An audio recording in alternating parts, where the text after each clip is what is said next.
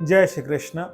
दूसरा अध्याय और छठा और सातवां श्लोक। यहाँ पर अर्जुन अपनी जो व्यथा है और जो निराशा है उसकी चरम अवस्था पर है, क्योंकि अर्जुन ने भगवान से कह दिया कि मैं अब बहुत असमंजस में हूँ, बहुत चिंता और कायरता में घिरा हुआ हूँ, और इस स्थिति में मैं ये कह रहा हूँ कि मैं आपका शिष्य हूँ और मैं आपको पूरी तरह समर्पित हूँ। यहाँ पर आकर के अर्जुन ने भगवान के आगे अपना समर्पण किया।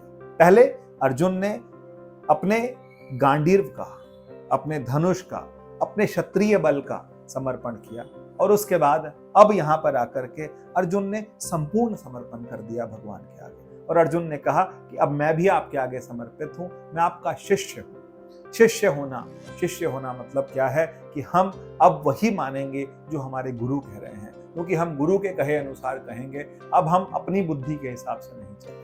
वही शिष्य होता है कि जो गुरु का, कहते हैं 20-20वें गुरु का मन माने। गुरु का जो मन है ना, वो 20-20 में पूरा माने। सो सेवक परमेश्वर की गति जाने। वो परमेश्वर की गति जानता है, वो परमात्मा को समझता है, जो कि गुरु को पूरा मानता है।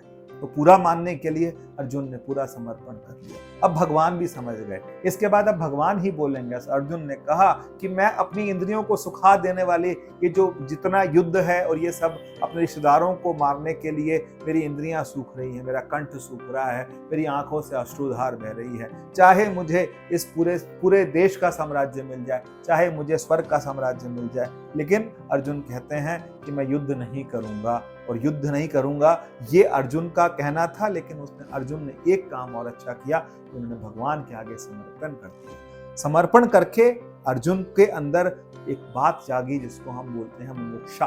मुमुक्षा का मतलब होता है जानने की इच्छा, उस परमात्मा को जानने की इच्छा या किसी भी चीज को जानने की इच्छा, उसे हम मुमुक्षा कहते हैं। महापुरुष कहते हैं कि जीवन में 2-3 ही चीजें जो हैं वो बहुत मुश्किल से मिलती हैं। किसी भी जीव को 3 चीजें बहुत मुश्किल से मिलती हैं, और अगर ये 3 चीजें मिल जाती हैं तो उसका कल्याण निश्चित है। पहला मनुष्यत्वम, मनुष्य का शरीर। मनुष्यत्वम मुमुक्षत्वम। पहला माँ क्या है? मनुष्य होना। दूसरा माँ क्या है? मुमुक्षुत्वम, मोक्ष की इच्छा होना। और तीसरा महापुरुष संशया।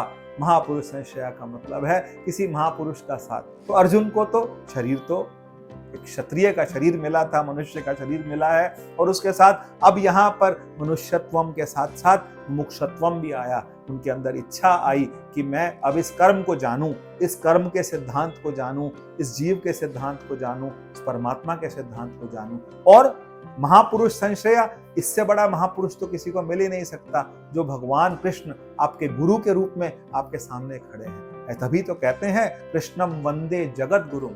कृष्ण जो है वो इस पूरे जगत के गुरु हैं। कृष्ण किसी एक के गुरु नहीं है, 2 के गुरु नहीं है, पूरे संसार को इस परमार्थ का जो उपदेश देने के लिए भगवान आए। तो भगवान जो थे वो जगत गुरु हैं। भगवान जगत गुरु हैं, और अर्जुन अब तैयार है सुनने के लिए। और क्योंकि अवस्था अर्जुन की सब कहते कहते अब इसके बाद भगवान बोलेंगे कि अर्जुन, मैं और तू तो नित्य हैं।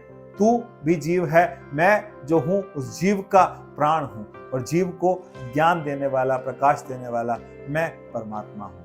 अब ये आगे गीता की जो बातें हैं वो अब हम और ध्यान से और गहन सुनेंगे, क्योंकि जब भगवान कहते हैं गता सूना कि जो चले गए हैं उसके लिए चिंता करना व्यर्थ है। बहुत सुंदर श्लोक आते हैं दूसरे अध्याय के अंदर। जय श्री कृष्ण।